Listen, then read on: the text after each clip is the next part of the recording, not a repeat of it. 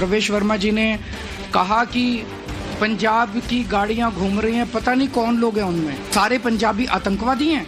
सारे पंजाबी देशद्रोही हैं? क्या सारे पंजाबी देश के लिए खतरा हैं? लोग सारे समझ चुके हैं कि ये फर्जीवाल नहीं, केजरीवाल ये कितना ज्यादा झूठ बोलते हैं। ये केजरीवाल नहीं, ये फर्जीवाल। पहले जो आप वाले लगते थे वो अब आपदा वाले लगते हैं।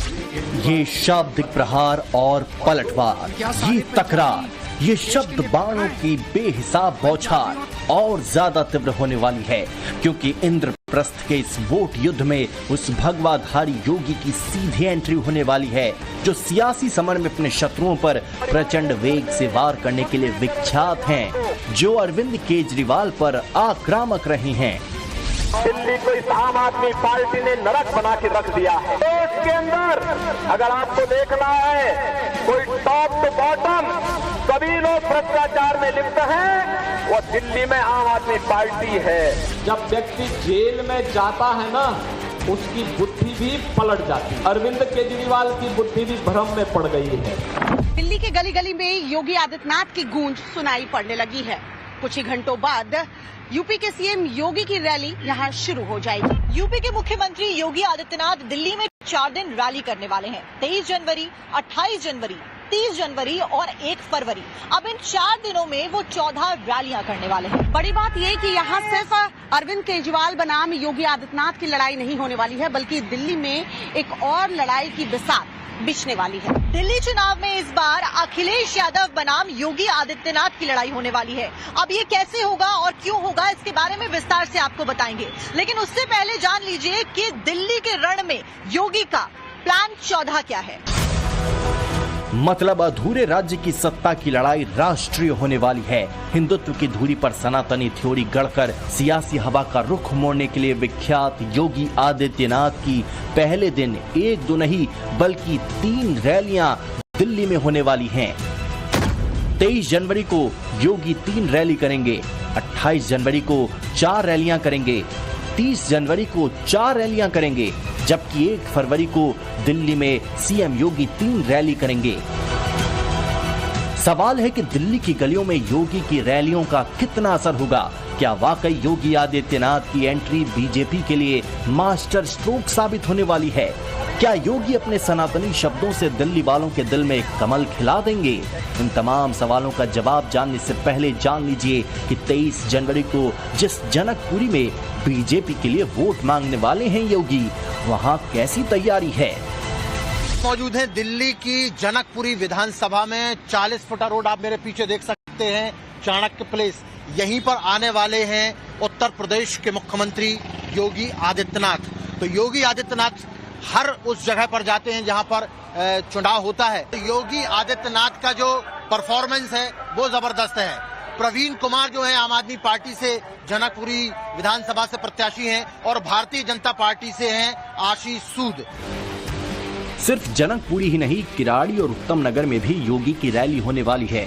किराड़ी और उत्तम नगर वो इलाका है जहां पूर्वांचल के लोगों का अच्छा खासा असर है। हम किराड़ी विधानसभा में है और ये किराड़ी विधानसभा में भी योगी आदित्यनाथ की रैली होने वाली है। यहाँ पे बड़ा मंच लग रहा है, करीब 10,000 से ज्यादा लोगों की रैली बताई जा रही है। और जब योगी मंच पे होते हैं अपने अंदाज में भाषण देते हैं और उनके भाषण चुनाव की चर्चा जरूर बनते हैं। अब देखना है कि कल जब किराड़ी विधानसभा में योगी पहुंचेंगे तो किस अंदाज में भाषण देंगे। अगर किराड़ी विधानसभा की बात करें तो यहाँ पर मुकाबला आम आदमी पार्टी, कांग्रेस और भाजपा के प्रत्याशियों के बीच में है। भाजपा के बजरंग शुक्ला यहाँ पे प्रत्याशी हैं, आम आदमी पार्टी से अनिल झा यहाँ पे प्रत्याशी हैं, जो पिछली बार भाजपा की टिकट पर चुनाव लड़े थे, हालांकि हार गए थे। योगी आदित्यनाथ जहां उतरने वाले हैं वहां पिछले चुनाव में जीत हार का अंतर क्या था, आइए इसे भी जान लेते हैं। 23 जनवरी को योगी आदित्यनाथ जनकपुरी में रैली को संबोधित करेंगे। यहां पर बीजेपी 13,800 वोट से हार गई थी 2020 में। 23 जनवरी को ही उत्तम नगर में रैली को संबोधित करेंगे योगी आदित्यनाथ। यहां पर बीजेपी 19,000 वोट से हार गई थी, करारी हार यहां पर बीजेपी को मिली थी। और किराड़ी में बीजेपी को 6,000 वोट से हार मिली थी। इन 3 जगहों पर सबसे पहले दिन योगी आदित्यनाथ रैली करने वाले हैं। 28 जनवरी को मुस्तफाबाद में योगी आदित्यनाथ की रैली है। यहां 2020 में 19,700 वोट से बीजेपी हार गई थी और इसी दिन गोंडा में भी रैली करेंगे योगी आदित्यनाथ। यहां बीजेपी जीती थी करीब 17,500 वोट से 2020 के चुनाव में। शाहदरा में 5600 और पटपटगंज में बीजेपी 3159 वोट से हार गई थी। यहां पर भी 28 जनवरी 2025 को योगी आदित्यनाथ की रैली है। अब आगे बढ़ते हैं। 30 जनवरी को महारैली को संबोधित करेंगे और मेहरौली में यह रैली होगी योगी आदित्यनाथ की। यहां पिछले चुनाव में 17,500 वोट से बीजेपी को हार मिली थी 2020 में। इसके बाद आरके पुरम में भी योगी आदित्यनाथ की रैली है, जहां 10,000 वोट से बीजेपी को हार मिली थी। राजेंद्र नगर में 20,000 से ज्यादा और छतरपुर में 3200 वोट का अंतर था बीजेपी और आम आदमी पार्टी के बीच में। इसके बाद 1 फरवरी को पालम में योगी आदित्यनाथ की रैली होनी है। यहां पर 2020 में आम आदमी पार्टी 32,700 वोट के अंतर से जीती थी। बिजवासन में 10,000 से ज्यादा और द्वारका में 14,600 से ज्यादा के अंतर से बीजेपी हार गई थी। इन 14 सीटों में से छतरपुर, शाहदरा, पटपड़गंज में कड़ा मुकाबला था। अंतर बेहद कम था। ऐसे में यहां योगी की रैली हवा का रुख बदल सकती है। सबसे दिलचस्प है पटपड़गंज का मुकाबला। यहां आम आदमी पार्टी ने मनीष सिसोदिया की जगह अवध ओझा को टिकट दिया है, जो उत्तर प्रदेश के रहने वाले, और वहीं बीजेपी ने रविंद्र सिंह नेगी को टिकट दिया है, जो उत्तराखंड के रहने वाले हैं। और बीजेपी को उम्मीद है कि योगी के यहां उतरने से उन्हें फायदा मिलेगा। हालांकि 2020 में भी योगी ने जिन 13 सीटों पर चुनाव प्रचार किया था दिल्ली में, उनमें से एक पटपड़गंज भी था। बावजूद इसके आम आदमी पार्टी पटपड़गंज जीत ले गई थी। रविंद्र सिंह नेगी पिछड़ गए थे, बल्कि अरविंद केजरीवाल की लहर में बीजेपी कहीं ठहर ही नहीं पाई थी। सिर्फ 11.5% सीट पर कमल खिल पाया था। ऐसे में आगे का सवाल ये भी है कि क्या इस बार योगी का असर होगा? तो सुनिए। इस बार दिल्ली में रोहिंग्या और बांग्लादेशी घुसपैठियों का मुद्दा अहम है और योगी आदित्यनाथ इसे जोर शोर से उठाने वाले हैं। योगी आदित्यनाथ का हिंदुत्व और सनातनी नारा हरियाणा और महाराष्ट्र में हिट हो गया था। वो इसे यहां पर भी दोहराने वाले हैं। और तीसरी बड़ी बात यह है कि अरविंद केजरीवाल के साथ 10 साल का एंटी इनकम्बेंसी भी है, जबकि 2020 में प्रचंड लहर थी। चौथी बड़ी बात यह है, इस बार आम आदमी पार्टी भ्रष्टाचार के आरोपों में चारों तरफ से घिरी हुई है और यह मुद्दा भी बड़ा है दिल्ली में। और इस सब के बीच यह भी जान लीजिए कि 2020 में बीजेपी दिल्ली की 70 में से 8 सीटें जीत पाई थी। इन 8 सीटों में से 3 सीटों पर योगी आदित्यनाथ ने चुनाव प्रचार किया था। और इस बार योगी अपनी स्ट्राइक रेट बढ़ाने के लिए फोर्स 14 के साथ उतरेंगे। देश की राजधानी को परिमार्जन करने, इसकी शुद्धिकरण के अभियान को फिर से हमें अब इनको ताकतवर नहीं बनने देना है। बहनों और भाइयों, अगर आपका वोट इनको पड़ेगा तो ये लोग रक्त बीज जैसे फैल करके पूरे देश की एकता के लिए, अखंडता के लिए खतरा पैदा करेंगे। योगी आदित्यनाथ जिन 14 सीटों पर चुनाव प्रचार करने वाले हैं, उनमें से मुस्तफाबाद सीट पर 40% से ज्यादा मुस्लिम वोटर हैं, जबकि गोंडा विधानसभा सीट पर 10% मुस्लिम हैं। योगी तब उतर रहे हैं दिल्ली की लड़ाई में जब प्रयागराज में सनातनी आस्था आसमानी आकार ले रही है। सूर्य का क्षितिज संगम के तट पर सनातनी और श्रद्धालुओं में नई ऊर्जा प्रवाहित कर रहा है। महाकुंभ की बड़ी आबादी जिस दिल्ली की है, वहां हिंदुओं के सबसे बड़ी आस्था के मेले के ध्वजवाहक उतरने वाले हैं वोट मांगने के लिए। दिलचस्प यह है कि योगी आदित्यनाथ जब दिल्ली में उतरेंगे तो उनकी टक्कर केजरीवाल के साथ साथ अपने सबसे कट्टर सियासी शत्रु से भी होने वाली है। वो हैं समाजवादी पार्टी के नेता अखिलेश यादव। वो अखिलेश यादव जो दिल्ली में कांग्रेस का हाथ झटक कर केजरीवाल के साथ खड़े हैं।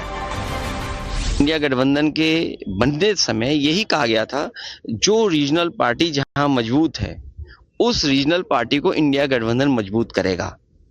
दिल्ली में आप बहुत मजबूत है, इसलिए समाजवादी पार्टी ने आपका समर्थन किया है। जो रीजनल पार्टी बीजेपी से मुकाबला कर रही हैं, हम इंडिया गठबंधन के सभी नेताओं को मिलकर के उनकी मदद करनी चाहिए, उनके साथ खड़े होना चाहिए।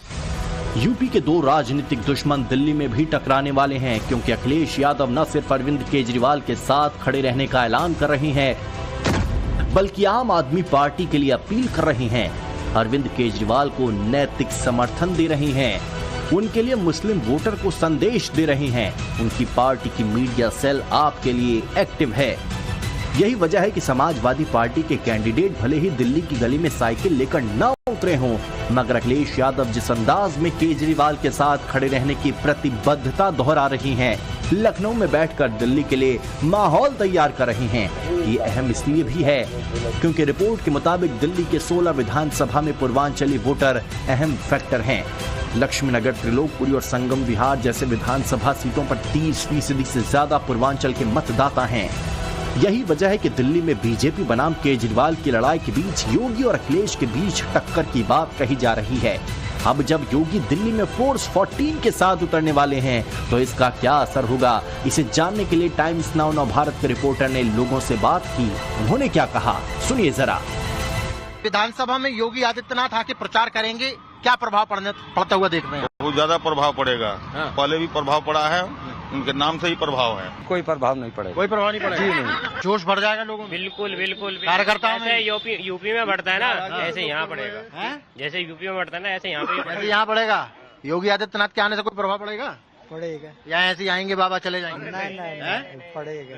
कैसा प्रभाव पड़ने वाला है? मतलब यहाँ पड़ेगा, बहुत प्रभाव पड़ेगा। यहाँ पे ऐसे ही रहेगा, गंदा पानी आएगा तो योगी क्या करेंगे? वो तो आगे चले जाएंगे। समस्या वैसी की वैसी है, कुछ नहीं फर्क पड़ेगा। कोई फर्क नहीं पड़ेगा। काम बोलता है, जो काम करेगा उसका सही है, जो काम नहीं करेगा, जब योगी आ जाए कोई आ जाए, मतलब नहीं। 2020 के मुकाबले स्थिति परिस्थिति बदल चुकी है। योगी आदित्यनाथ का सियासी और सनातनी आभा मंडल बढ़ चुका है। लोकसभा चुनाव के बाद जिस तरह उन्होंने पहले हरियाणा और फिर महाराष्ट्र के विधानसभा चुनाव में हिंदुत्व की धुरी पर वोट बैंक को गोलबंद किया था, जिस तरह यूपी के उपचुनाव में उन्होंने वापसी की है, जिस तरह लोकसभा चुनाव में दिल्ली की 7 सीटों पर बीजेपी की जीत हुई, उससे योगी आदित्यनाथ को लेकर बीजेपी कैंडिडेट में उम्मीदें बढ़ी हुई हैं। हालांकि आम आदमी पार्टी को लगता है कि इसका कोई असर नहीं होगा। देखिए